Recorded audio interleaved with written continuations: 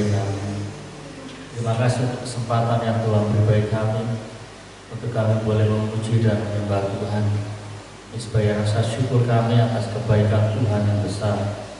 Karena Tuhan Yesus yang telah lahir di muka bumi, karena cinta-Mu yang besar, Engkau Allah yang menyelamatkan kami. Dan kami pada saat kami masih berdosa, kami beroleh perkenanan daripada Tuhan. Terima kasih Bapak. Saat ini kami akan belajar sebagian pada firman Allah. Kami akan membuka hati dan pikiran kami untuk kami boleh bertumbuh, diperbaharui melalui kekuatan kuasa firman Allah. Dan pimpin Tuhan tolong hamba-Mu yang akan mengaburkan firman atas kami semua. Dan segala kuasa-kuasa yang bukan daripada Tuhan yang berusaha mencuri akan firman Allah dari hati dan pikiran kami, kalau roh jahat ini kami tolak, hancurkan dalam nama Yesus. Dalam kuasa daripada Allah saja, yaitu Roh Kudus yang boleh memenuhi hati dan pikiran kami. Terima kasih Bapak. Dalam nama Tuhan Yesus kami sambut firman-Mu, mengucapkan syukur. Haleluya. Amin. Tuhan, shalom. Kita bersyukur kalau pada pagi ini kita boleh kembali berkumpul, bersyukur atas kasih Tuhan yang besar atas kehidupan kita. Bapak saudara sekalian, pagi ini kita akan belajar satu kebenaran firman Tuhan. Firman Tuhan yang bertema Natal, atau tema nasional Natal PGI dan KWI tahun 2020 yang berbicara tentang Immanuel.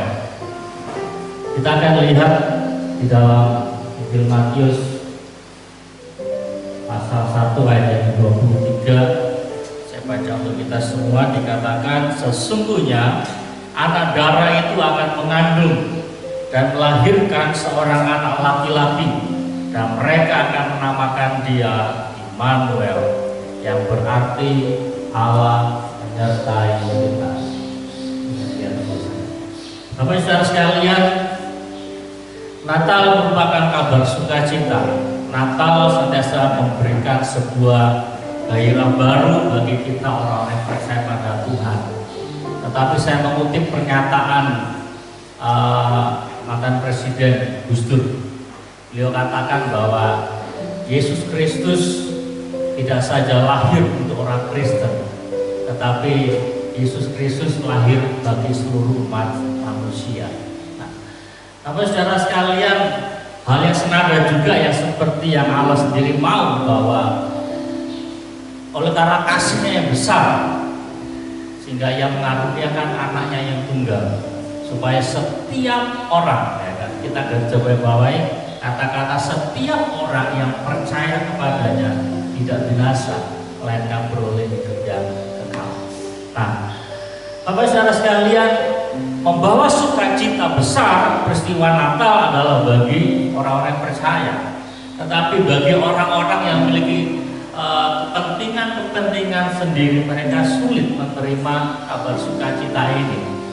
Bahkan sejak 2000 tahun yang lalu, sejak awal Natal terjadi, bagaimana Raja Herodes, ya kan?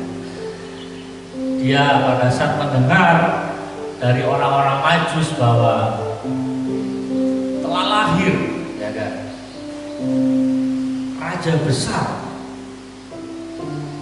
dan di sisi lain Herodes berpikir, ini istri saya nggak hamil, ya kan, kok dikatakan telah lahir raja besar, artinya ada sesuatu yang mengganggu akan pikiran daripada Raja Herodes.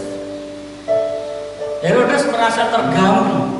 Dia merasa tidak nyaman akan kehadiran Yesus. Bapak saudara sekalian,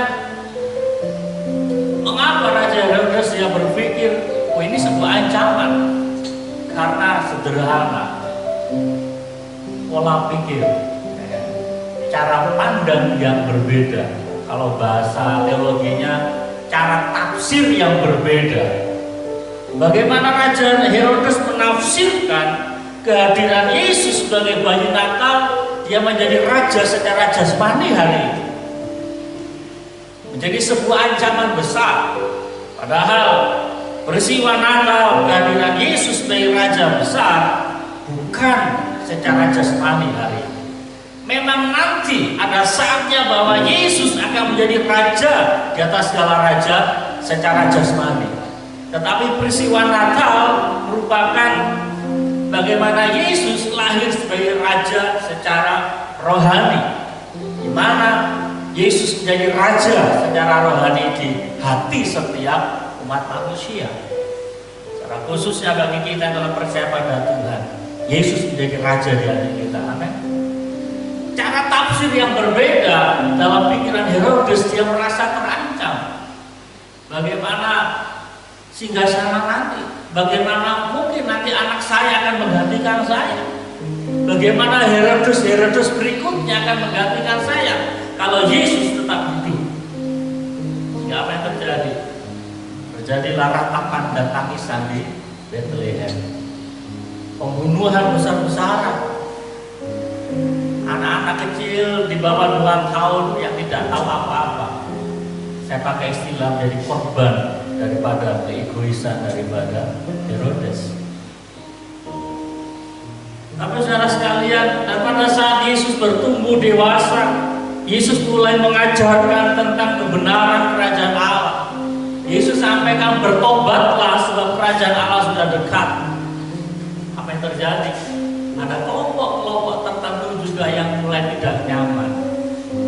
Pada saat kebenaran disampaikan, pada saat Yesus menyatakan sesuatu tentang kerajaan Allah, bagaimana orang-orang Farisi, orang-orang Saduki, bahkan dikatakan para ahli-ahli Taurat, orang-orang yang lebih berpikir dia lebih paham tentang hukum-hukum Allah, mereka mulai terusik.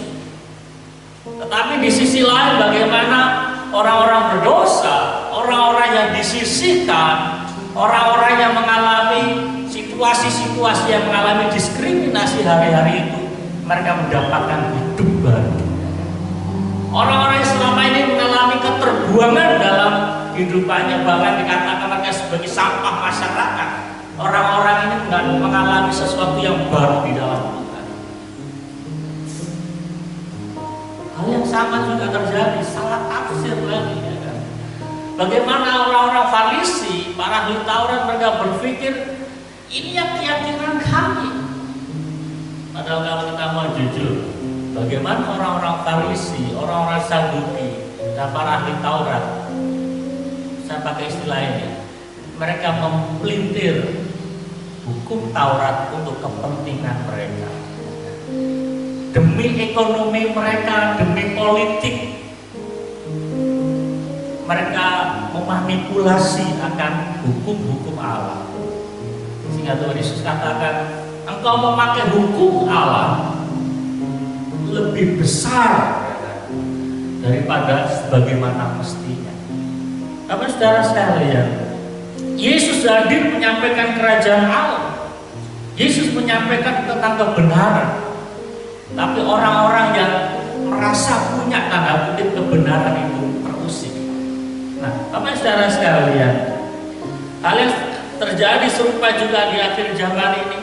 Bagaimana masih ada sampai hari ini orang-orang yang merasa punya kebenaran, mereka terusik dengan peristiwa Natal. Orang-orang yang memiliki salah tafsir tentang kebenaran, mereka terusik dengan kehadiran Yesus. Apa saudara sekalian, Immanuel, yang berarti Allah beserta kita, memberikan makna yang sangat besar bagi kehidupan umat manusia. Ketika kita menjalani kehidupan kita tanpa penyertaan Tuhan, kita akan mudah jatuh, kita akan mudah lemah, dan pada akhirnya kita akan mengalami kebinasaan. Oleh karena itu, melalui berita Natal pada pagi ini, saya menyampaikan 2 pokok penting dalam kehidupan kita. Mari kita rubah konsep pikiran kita tentang Natal. Mari kita rubah, ya, apa yang saya maksudkan tentang kita rubah tentang konsep Natal. Kalau dalam gambar pertama tadi, konsep kita seperti ini. Yesus hanya seperti bayi kecil. kita punya konsep bahwa Yesus hanya seperti bayi kecil mungil yang terbungkus kain lampin. Tetapi hari ini mari kita mulai ubah konsep pikir kita bahwa Yesus adalah Raja di atas segala raja. Dia adalah Tuhan di atas segala Tuhan. Saudara mulai berpikir, kalau kita punya konsep tentang Natal, kalau kita punya konsep tentang Yesus hanya seperti bayi mungil yang lucu, apakah mungkin saudara kalian pertolongan daripada Tuhan? Apakah mungkin kita mengalami sesuatu yang baru di dalam Tuhan? Pada saat kita mengalami keterhimpitan dalam kehidupan kita, apakah mungkin bayi Yesus yang mungil lucu itu dapat menolong kita? Fakta berbicara, pada saat Herodes mengancam akan membunuh bayi Yesus, apakah bayi Yesus terbang kemudian mendatangi Herodes? Enggak. Orang tuanya yang harus menggendong mengungsi ke Mesir sekian tahun lamanya sampai menunggu Herodes mati. Bahkan ketika Raja Herodes akan membunuh Yesus, bayi Yesus itu mati, mereka juga masih berpikir yang menggantikan Raja Herodes pertama yang lebih kejam. Akhirnya apa? Mereka tidak berani ke Bethlehem. Mereka pergi ke Nazaret. Nah, meskipun kita tahu itu salah satu daripada penggenapan bahwa Yesus akan disebut orang dari Nazaret, bukan dari Bethlehem. Tetapi kalau kita berpikir bahwa Yesus adalah Raja di atas segala raja, dia adalah pribadi yang penuh dengan kuasa. Oh, apakah ada yang tidak mungkin dia kerjakan? Bapak saudara sekalian,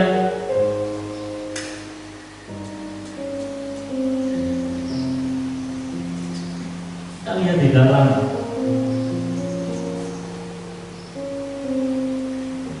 Wahyu pasal 19 ayat yang ke-6.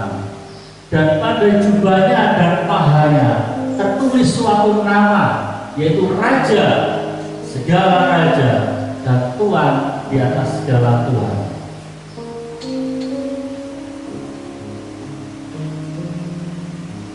Di dalam Matius pasal 28 ayat yang ke-18, Yesus mendekati mereka dan berkata, padaku telah diberikan segala kuasa di surga dan di bumi.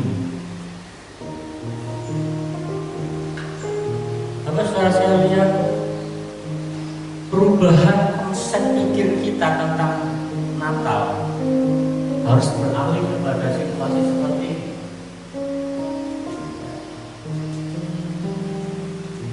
Kita tidak lagi memandang hari ini Yesus sebagai pribadi bayi yang mungil, tetapi mari kita memandang Yesus adalah pribadi Raja di atas segala raja seperti ini. Hal ini akan menolong saya dan saudara bagaimana kita akan memiliki sikap dan perilaku dalam kehidupan kita sebagai orang percaya. Kita akan memiliki sikap penundukan diri.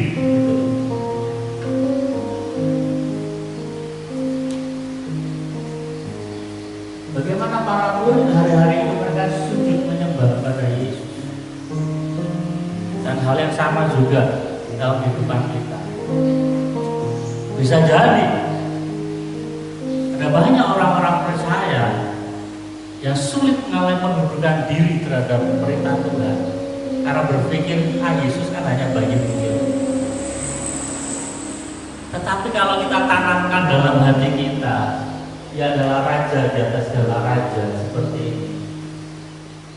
Seperti Rasul Paulus katakan, kita akan ada rasa takut dan gentar pada Tuhan. Saat kita mau berbuat dosa, oh Yesus Raja. Ada sebuah perubahan sikap atau perilaku dalam kehidupan kita.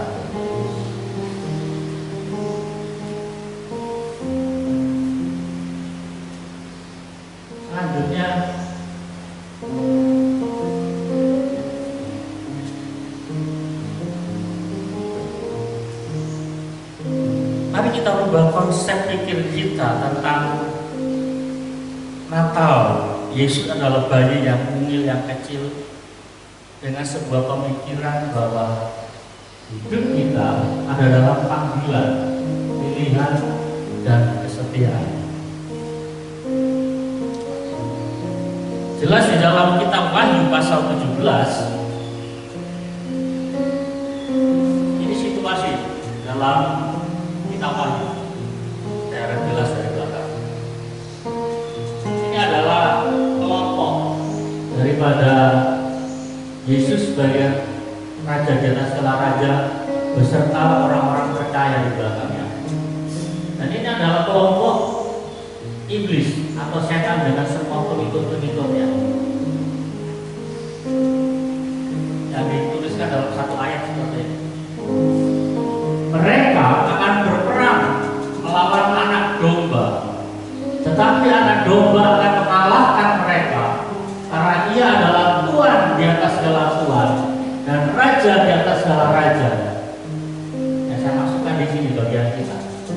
Mereka bersama-sama dengan Dia juga akan menang, yaitu mereka yang terpanggil, yang telah dipilih, dan yang setia. Perhatikan ada 3 poin penting bagi kita orang percaya. Bagian kalimat pertama ini bagiannya Tuhan. Kita punya konsep Yesus adalah King of King, ya kan? Raja dan segala raja. Tanamkan dalam hati kita. Yesus bukan bayi mungil lagi. Yesus bukan bayi yang nggak bisa buat apa-apa. Tetapi Yesus hari ini di hati saya dan saudara adalah Raja di atas segala raja, Tuhan di atas segala Tuhan. Maka kita akan memiliki sikap penundukan diri, rasa takut dan hormat kepada Tuhan. Tetapi jangan lupakan poin yang kedua. Mereka bersama-sama dengan Dia juga. Mereka siapa? Saya dan saudara, orang-orang percaya pada Tuhan. Ada 3 unsur penting. Pertama, yaitu kita yang telah mengalami panggilan.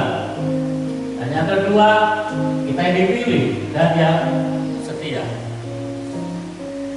Ada sebuah pengajaran Tuhan yang sangat penting di dalam Injil Matius pasal 22. Ini kesimpulannya.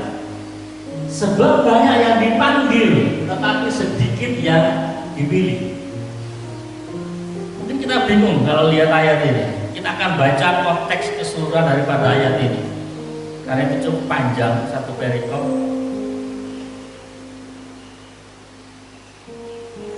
Kita lihat dalam Alkitab kita tentang perumpamaan perjamuan kawin. Saya baca untuk kita semua. Lalu Yesus berbicara pula dalam perumpamaan kepada mereka. Hal kerajaan surga seumpama seorang raja yang mengadakan perjamuan kawin untuk anaknya. Ia menyuruh hamba-hambanya memanggil orang-orang yang telah diundang ke perjamuan kawin itu, tetapi orang-orang itu tidak mau datang. Ia menyuruh pula hamba-hamba yang lain, pesannya, katakanlah kepada orang-orang yang diundang itu, sesungguhnya hidangan telah kusediakan, lembu-lembu jantan dan ternak piaraanku telah disembelih. Semuanya telah tersedia. Datanglah ke perjamuan kawin ini. Tetapi orang-orang yang diundang itu tidak mengindahkannya. Ada yang pergi ke ladang, ada yang pergi mengurus usahanya, dan yang lain menangkap hamba-hamba itu, menyiksanya dan membunuhnya. Maka murkalah raja itu, lalu menyuruh pasukannya ke sana untuk membinasakan pembunuh-pembunuh itu dan membakar kota mereka. Sesudah itu ia berkata kepada hamba-hambanya, perjamuan kawin telah tersedia, tetapi orang-orang yang diundang tadi tidak layak untuk itu. Sebab itu pergilah ke persimpangan-persimpangan jalan dan undanglah setiap orang yang kamu jumpai di sana ke perjamuan kawin itu. Maka pergilah hamba-hamba itu dan mereka mengumpulkan semua orang yang dijumpainya di jalan, orang-orang jahat dan orang-orang baik, sehingga penuhlah ruangan perjamuan kawin itu dengan tamu. Ketika raja itu masuk untuk bertemu dengan tamu-tamu itu, yang melihat seorang yang tidak berpakaian pesta, ia berkata kepadanya, hai saudara, bagaimana engkau masuk kemari dengan tidak mengenakan pakaian pesta? Tetapi orang itu diam saja. Lalu kata raja itu kepada hamba-hambanya, ikatlah kaki dan tangannya, dan campakkanlah orang itu ke dalam kegelapan yang paling gelap. Di sanalah akan terdapat ratap dan ketak gigi. Simpulkan tadi ayat 14. Sebab banyak yang dipanggil, sedikit yang dipilih. Apa saudara sekalian, perumpamaan ini memberikan sebuah gambaran persis tentang apa yang ditulis dalam kitab Wahyu tadi. Ya. Mereka adalah orang-orang yang terpanggil, yang dipilih dan yang setia. Hari ini poin saya di mana? Poin saya dan saudara hari ini di mana? Kalau boleh saya simpulkan, kita hanya dimintai. Kita telah memenuhi panggilan Tuhan. Masalah cara macam-macam. Ya. Ada orang yang dulunya belum percaya pada Tuhan dipanggil untuk percaya, yang dulunya dari seorang pembunuh, dari seorang yang non-Kristen, bahkan juga mungkin dari keturunan seorang Kristen, tetapi mengalami panggilan pribadi dengan Tuhan, direspon. Nah, kita masuk dalam poin ini juga. Apa yang maksud dengan dipilih? Dari banyak orang-orang yang dipanggil, meresponi panggilan itu, kita masuk dalam poin ini. Dipilih. Setelah saya renungkan, kita masuk dalam namanya proses pengudusan, pemurnian. Ya. Mengapa tadi saya pakai gambar?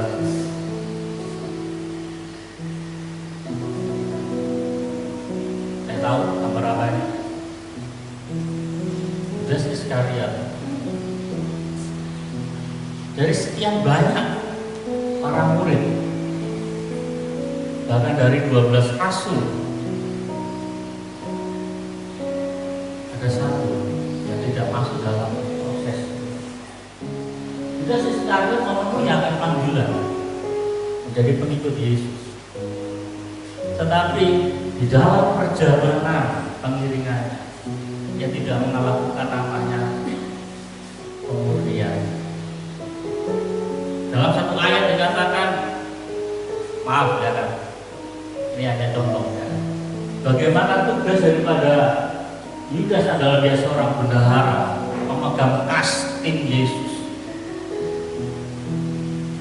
Aku tak katakan Yudas suka, ya kan, suka mencuri daripada kas itu. Ya, memang resiko ya.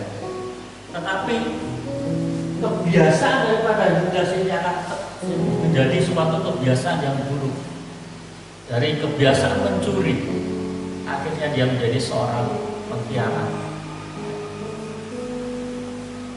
Masing-masing kita mengalami sebuah proses, masing-masing kita mengalami sebuah namanya pemurnian, pengudusan dalam kehidupan kita. Bagaimana pada akhirnya saya dan saudara dapat masuk dalam pilihan ini? Dibutuhkan yang tadi. Bagaimana saudara-saudara kita tetap setia? Jangan pernah menyerah dalam pengudusan daripada Tuhan. Kalaupun hari ini kita jatuh, hari ini kita lemah, mari kita kembali pada Tuhan. Saya mau nanya, apa bedanya kejatuhan Yudas Iskariot dengan Petrus? Sama-sama jatuh, sama-sama sudah diingatkan. Bahkan Petrus jelas-jelas Yesus ngomong, sebelum ayam berkokok kamu akan menyangkal aku 3 kali. Tetapi bagaimana respon hati daripada Petrus pada saat dia jatuh dalam penyangkalan, dia kembali bangkit. Tapi bagaimana respon daripada si Yudas yang bunuh diri? Respon yang berbeda. Masing-masing kita bisa jatuh dalam dosa. Masing-masing kita manusia biasa bisa mengalami kegagalan. Tetapi respon kita pada saat kita mengalami kejatuhan itu penting. Bagaimana Petrus dia bangkit Bagaimana Petrus nggak sekedar dia menyesal, tetapi dia bangkit daripada kejatuhannya itu. Tapi saudara sekalian, dibutuhkan sebuah kesetiaan untuk kita mengalami proses dalam kehidupan kita. 2 Korintus pasal 5 ayat 17 dikatakan, jadi siapa yang ada di dalam Kristus, yang adalah ciptaan baru, ya. Yang lama sudah berlalu, sesungguhnya yang baru sudah datang. Pada saat kita mau berdiam di dalam Tuhan, proses ini terjadi. Yang lama sudah berlalu, sesungguhnya yang baru sudah datang. Bapak saudara sekalian, dalam perumpamaan yang Yesus sampaikan tadi dikatakan, oleh karena orang-orang yang dianggap oleh raja itu layak untuk hadir dalam pesta itu, tetapi apa yang mereka lakukan? Mereka sibuk dengan urusannya masing-masing, mereka sibuk dengan pekerjaannya, sehingga mereka menolak akan undangan raja itu. Dan dalam kelompok undangan yang kedua, dikatakan ada satu orang yang memenuhi panggilan itu, yang memenuhi akan undangan raja, tetapi yang terjadi, dia tidak mengenakan pakaian pesta.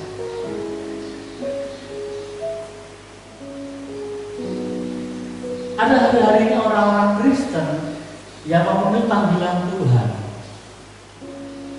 tetapi hidupnya tidak diubahkan. Ya. Harusnya pada saat kita memenuhi panggilan Tuhan, seperti orang di dalam perumpamaan itu, dia tahu sebuah aturan, kalau menghadiri sebuah pesta harus pakai pakaian pesta.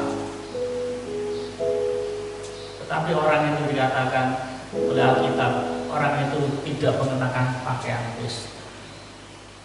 Hal ini berbicara dalam kehidupan kita, mestilah kita mengalami sebuah pembaharuan dalam kehidupan kita. Ada sebuah perubahan yang saya simpulkan tadi dalam satu kata, pengudusan. Kita masuk dalam pilihan. Ya. Kita yang telah dipanggil dan dikuduskan. Ya. Kita semua telah memenuhi panggilan, tapi hari-hari ini kita masih dalam proses pengudusan itu. Dan dibutuhkan sebuah satu kata, setia. Setia artinya jangan kita pernah menyerah dalam proses pengudusan itu. Hari ini kita gagal, ayo kita bangkit lagi. Hari ini kita jatuh, ayo kita bangun lagi.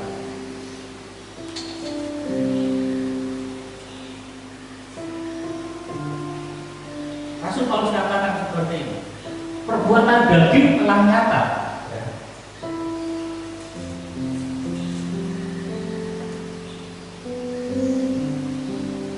Percabulan, kecemaran, hawa nafsu, penyembahan berhala, sihir, perseteruan, perselisihan, iri hati, amarah, kepentingan diri sendiri, percideraan, roh pemecah.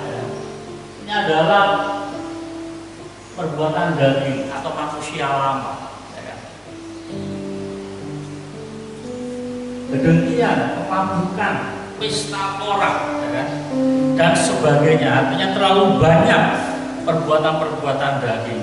Rasul Paulus katakan, terhadap semuanya itu kuperingatkan kamu seperti yang telah kubuat dahulu, bahwa barang siapa melakukan hal-hal demikian, ia tidak akan mendapat bagian dalam kerajaan Allah.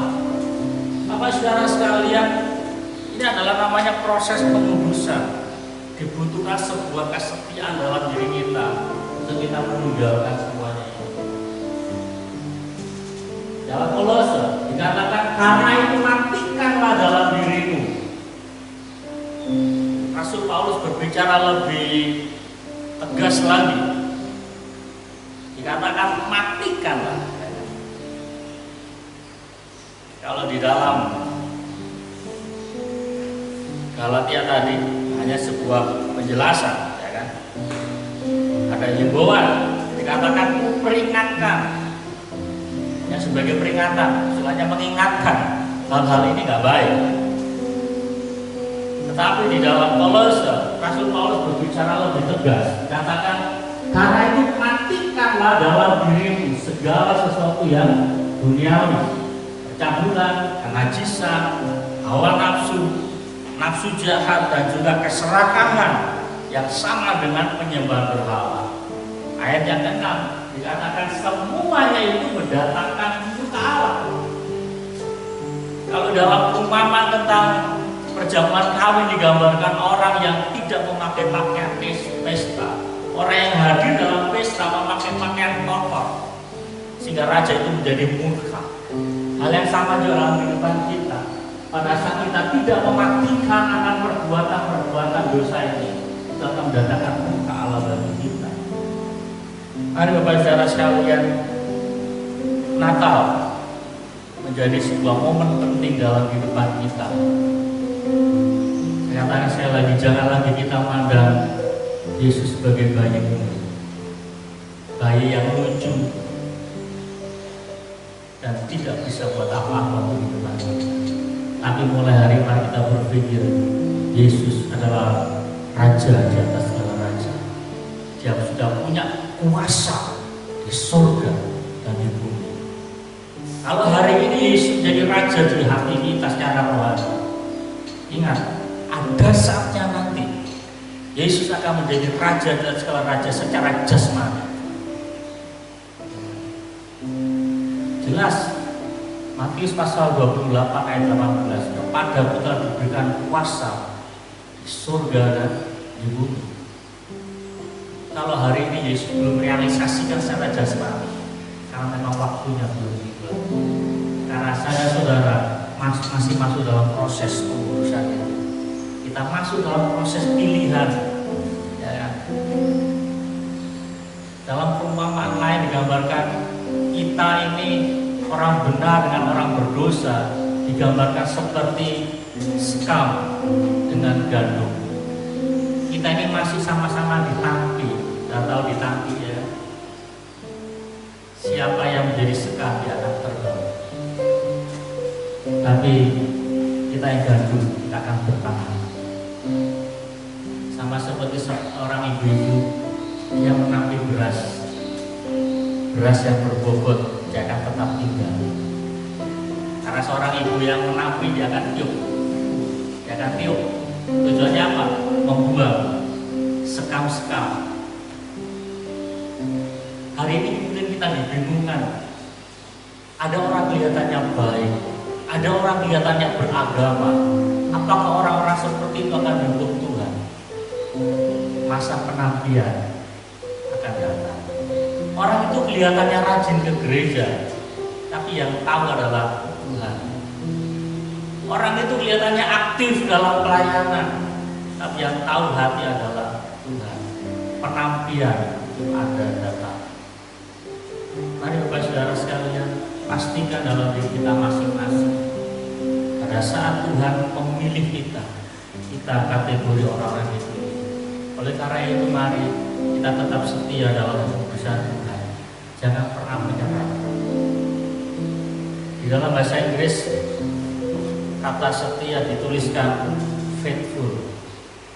Artinya kita adalah orang-orang yang penuh dengan iman. Setia nggak sekedar kita ayo jalan kehidupan apa adanya. Setia, kata setia diartikan dengan kata penuh dengan iman. Bukan sekedar ya jalani saja kehidupan, mau berdosa-dosa terus, ya kan? Mau suka-suka, enggak. Kata setia enggak seperti itu. Tetapi dalam bahasa Inggris dikatakan faithful. Artinya kita penuh dengan iman. Artinya kalau kita penuh dengan iman, hidup kita berkenan di hadapan Tuhan.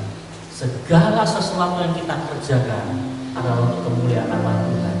Bukan suka-suka kita lagi, tetapi biarlah suka-sukanya Tuhan. Puji Tuhan, saya tidak panjang lebar firman Tuhan. Mari kita tundukkan Allah, kita berdoa. Terima kasih Tuhan untuk firman Allah yang boleh kami renungkan pada hari ini. Natal membawa kabar sukacita buat kami. Natal membawa sebuah kabar pembaharuan dalam kehidupan. Tuhan tolong kami kalau kami adalah orang-orang yang telah merespon akan panggilan Tuhan. Dan hari-hari ini masuk dalam pilihan, kami masuk dalam penantian Tuhan. Tuhan tolong kami untuk kami tetap setia di dalam masa-masa pengudusan ini.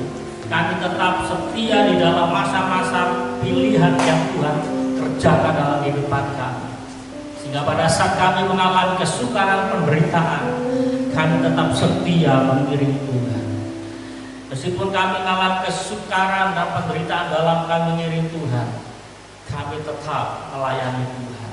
Kami tetap setia dengan apa yang Tuhan telah kerjakan dalam kehidupan kami masing-masing.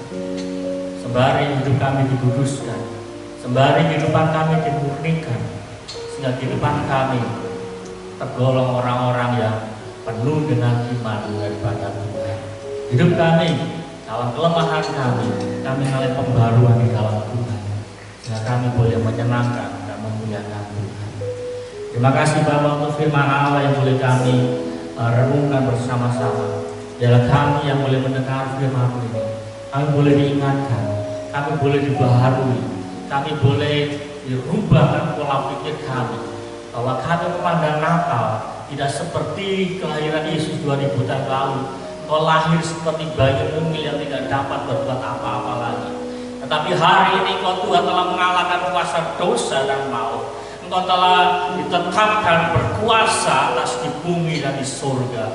Tuhan tolong kami sebagai orang-orang percaya pada Tuhan, untuk kami memiliki rasa hormat dan takut dan gentar pada Tuhan. Karena Engkau adalah Raja di atas segala raja. Nah, kami merindukan Kau Tuhan yang menjadi penguasa atas kehidupan kami. Untuk kami tidak hidup suka-suka kami, tetapi kami hidup dan menjalani kehidupan kami untuk kesukaan Tuhan. Terima kasih Bapa, ampuni akan segala dosa pelanggaran kami. Saat kami lalai, kami lengah, bahkan kami jatuh dalam kehidupan kami. Kami tidak taat akan firman Allah, kami mendukakan hati Tuhan. Tuhan ampuni kami, agar kehidupan kami senantiasa diubahkan dalam kasih karunia Tuhan. Dalam setiap godaan-godaan dunia, dalam setiap cobaan-cobaan hidup yang kami hadapi, biarlah kami mengandalkan Tuhan. Karena Engkau Tuhan yang telah berjanji, Engkau Immanuel, Engkau Allah yang menyertai kami sampai pada kesudahan zaman. Terima kasih Bapa, Tuhan berkati umat-Mu dalam segala usaha pekerjaan mereka, dalam setiap pergumulan persoalan yang dihadapi, baik secara pribadi, dalam keluarga, di dalam pekerjaan, apapun yang mereka hadapi. Kami berdoa dalam penyertaan Tuhan itu nyata dalam kehidupan mereka. Dalam pertolongan Allah, Engkau Raja di atas segala raja, Engkau Tuhan di atas segala Tuhan itu yang ambil bagian. Engkau Tuhan yang berdaulat atas kehidupan umat-Mu. Engkau Tuhan yang mengerjakan akan sesuatu yang dahsyat dalam kehidupan mereka. Saat mereka mengalami kesesakan, Engkau Tuhan hadir dengan memberikan kelegaan. Saat mereka mengalami kesakitan dalam kehidupan mereka, baik secara jasmani maupun secara psikologis mereka, maupun secara rohani, Engkau Tuhan hadir dengan cara memberikan kekuatan dan penyembuhan dalam kehidupan mereka. Tuhan kalau boleh menolong, sehingga tidak ada seorang pun di antara kami yang lepas daripada pilihan Tuhan, tetapi kami masuk dalam kategori orang-orang yang masuk dalam pilihan Tuhan, dalam kesetiaan pada Tuhan. Terima kasih Bapa, memberkati umat-Mu dalam masa-masa pandemi ini. Kau Tuhan yang melindungi kami, jauhkan kami dari segala macam virus corona yang ada di sekitar kami. Tuhan tutup mulut kami dengan kuasa darah, lingkupi kami dengan kuasa-Mu Tuhan. Terima kasih Bapa, sehingga kami semua serta dengan umat-Mu kami boleh beraktivitas, kami boleh mengalami kekuatan dan kesehatan daripada Tuhan. Dalam setiap aktivitas kami, pekerjaan kami, Kau Tuhan melingkupi kami. Tempat-tempat bekerja umat-Mu, Tuhan boleh mentahirkan dengan kuasa darah. Di dalam nama Yesus, proteksi yang penuh daripada Tuhan. Tuhan kerjakan atas setiap tempat-tempat pekerjaan daripada umat-Mu. Di dalam nama Yesus, Tuhan boleh melindungi, menjauhkan daripada segala macam virus maupun hal-hal yang dapat mencelakai mereka. Tuhan, kami berdoa saat ini secara khusus untuk anak-Mu, saudara kami Dira yang tepat adalah hari ini dia berulang tahun yang ke-26. Tuhan, kami bersyukur atas panggilan Tuhan yang Tuhan kerjakan dalam kehidupannya. Tuhan membimbing, Tuhan menolong, memberkati Dira Tuhan dengan pertambahan usia yang Tuhan berikan pada hari ini. Biarlah Dira boleh semakin mengasihi Tuhan. Dia boleh semakin sungguh dalam mencintai Tuhan. Hidupnya boleh diserahkan sepenuhnya pada Tuhan. Tuhan boleh memakai kehidupannya untuk kemuliaan dan kebesaran nama Tuhan. Apa yang dirindukan, apa yang dicita-citakan, Tuhan berkati. Berkati Dira untuk dia boleh menjadi garam dan terang di tengah-tengah keluarganya yang belum percaya pada Tuhan. Biarlah dia boleh menjadi kesaksian yang indah, sehingga dengan iman yang dimiliki Dira, maka seluruh anggota keluarganya boleh diselamatkan. Terima kasih Bapak, berkati masa depannya, sebagaimana Tuhan telah menjanjikan bahwa Tuhan berikan masa depan yang indah, masa depan yang cerah, masa depan yang penuh dengan kesukaan dalam hidupannya. Berkati dia dengan kekuatan dan kesehatan daripada Tuhan. Terima kasih Bapak. Tuhan juga berdoa untuk kota kami Muara TW Kabupaten Barito Utara. Tuhan berkati akan para pemimpin di kota ini. Berkati mereka dalam menjalankan tugas dan tanggung jawab mereka. Tuhan berkati juga para pemimpin kami di tingkat nasional. Tuhan menolong mereka. Biarlah kasih setia Allah senantiasa nyata dalam kehidupan mereka. Berkati setiap aparat keamanan di dalam mengantisipasi hal-hal yang tidak baik atas bangsa ini, atas orang-orang yang memaksakan akan kehendak mereka. Biarlah pertolongan dan hikmat Allah, perlindungan Allah menyatakan atas setiap pihak keamanan, baik TNI, Polri maupun BIN. Tuhan tolong, maupun setiap para pemimpin-pemimpin di tingkat nasional, Tuhan tolong lindungi mereka dari orang-orang yang akan mencelakai mereka. Tuhan memberkati setiap anak-anak Tuhan yang ada di pemerintahan. Biarlah mereka boleh bertindak, bersikap menjadi seperti Yusuf akhir zaman yang berbicara tentang apa yang Tuhan mau dalam bangsa ini. Tuhan pakai mereka menjadi seperti Daniel yang berbicara tentang isi hati Tuhan. Tuhan kerjakan atas bangsa ini. Terima kasih Bapak. Saya juga bersyukur untuk pilkada yang boleh berjalan dengan lancar. Tuhan yang berdoa untuk para simpatisan maupun orang-orang yang mengalami kalah dalam pilihan. Kami berdoa biarlah mereka dapat menerima kekalahan itu dengan lapang dada. Kalau mereka mengambil jalur akan hukum di MK, Tuhan mereka boleh menjalankan itu dengan baik, tanpa ada tindakan-tindakan anarkis maupun hal-hal yang merugikan akan bangsa ini. Tuhan berkati semua proses peradilan dengan baik dan lancar. Terima kasih Bapak. Tuhan, ini segala doa dan ucapan syukur kami yang disempurnakan dengan doa yang Tuhan ajarkan atas setiap orang-orang percaya. Bapa kami di surga, kuduskanlah namamu, datanglah kerajaan, jadilah kehendakmu di bumi seperti di surga. Berikanlah kami pada hari ini makanan kami secukupnya, dan ampunilah kami akan kesalahan kami, seperti kami juga mengampuni orang yang bersalah kepada kami. Dan jangan bawa kami dalam pencobaan, tapi lepaskanlah kami daripada yang jahat. Karena Engkau yang punya kerajaan dan kuasa dan kemuliaan sampai selama-lamanya. Amin. Mari sudah jemaat Tuhan, telah dimulai berkat dari Tuhan kita Yesus Kristus. Kasih karunia dan damai sejahtera serta sukacita yang berasal dari surga, serta kekuatan kuasa ilahi dari Tuhan kita Yesus Kristus, serta penghiburan kasih yang kekal melalui Roh Kudus. Terimalah berkat Tuhan ini yang di dalam nama Allah Bapa, dan di dalam nama Anak, dan di dalam nama Roh Kudus. Dari pagi ini saya tulis bersama kedua kalinya. Bapa,